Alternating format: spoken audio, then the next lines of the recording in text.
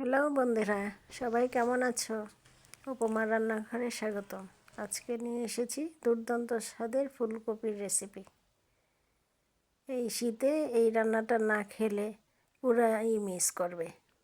আমি ফুলকপিগুলো কেটে হালকা কুসুম গরম পানিতে ভিজিয়ে রেখেছি প্রায় 1 ঘন্টার মতো লবণ দিয়ে, যাতে এর মধ্যে পোকামাকড় থাকলে বেরিয়ে যায়। তারপর ভালো করে ধুয়ে নিয়েছি ডাঁটাসহ। এখন একটি প্যানে পরিমাণ মতো সরিষার তেল দিয়ে মাছগুলো ভেজে নিচ্ছি। আমি এখানে রুই মাছ নিয়েছি, আপনারা যার যে পছন্দ সেই মাছও দিতে পারবেন। এখন সেই তেলের মধ্যে আমি পেঁয়াজ কুচি দিয়ে পেঁয়াজগুলো ভেজে আদা রসুনের পেস্ট দিয়ে দিলাম। তারপর এগুলি কাঁচা গন্ধ যাওয়া পর্যন্ত ভালো করে কষিয়ে নিচ্ছি। এখন দিয়ে দেব একটু হলুদের গুঁড়া। তারপর মশলাগুলো যাতে না পুড়ে যায়, এখন দিয়ে দিব অল্প কিছু গরম পানি।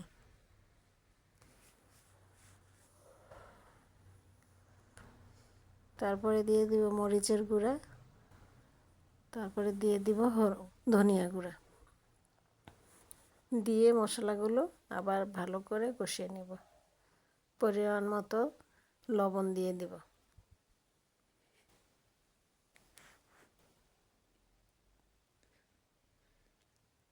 এখন ভালো করে কষিয়ে নিচ্ছি।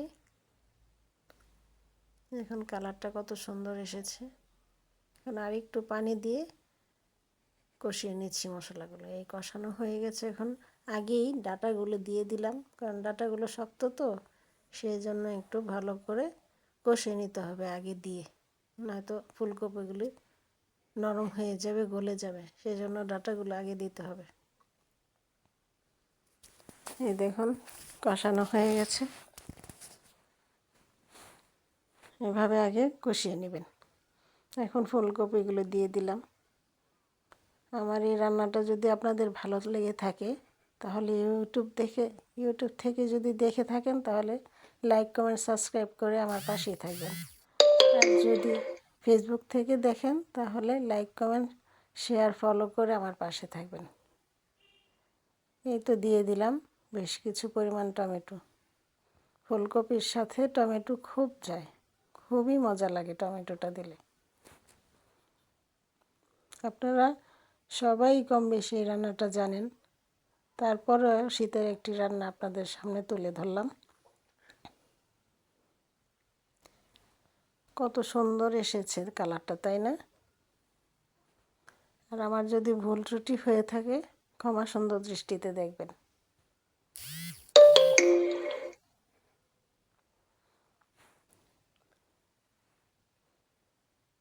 দেখুন রান্নাটা খুবই মজা হয়। এই শীতে কিন্তু ফুলকপির এই রান্নাটা খুব ভালো লাগে। ধনিয়া পাতা টাতা দিয়ে খুবই মজা হয়। আপনারা প্লিজ ট্রাই করে দেখবেন। এখন ঢাকনা দিয়ে সিদ্ধ হওয়া পর্যন্ত আমরা অপেক্ষা করছি। একটু পরপর নেড়ে চেড়ে দিচ্ছি, যাতে ফুলকপিগুলো ভেঙে না যায়, আস্তে আস্তে থাকে। হালকা হালকা করে নাড়াচাড়া দিতে হবে। আবার একটু ঢেকে আবার দেখব সিদ্ধ হয়েছে কিনা।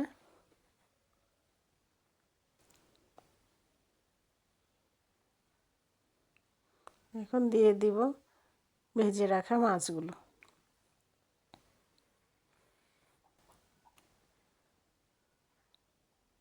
মাছগুলো ভালো করে মশলা যাতে ঢুকে, সেজন্য আবার ঢাকনা দিয়ে দিব। এখন দিয়ে দিব, আমার রান্না প্রায় শেষ, দিয়ে দিব ধনিয়া পাতা। ধনিয়া পাতা দেওয়ার সাথে সাথে কি সুন্দর যে একটা ঘ্রাণ এসেছে। আর একটু ঢাকনা দিয়ে দিব, যাতে ধনিয়া পাতার ঘ্রাণটা গায়ে গায়ে লেগে থাকে। এই আজকের মতো খোদা হাফেজ বন্ধুরা।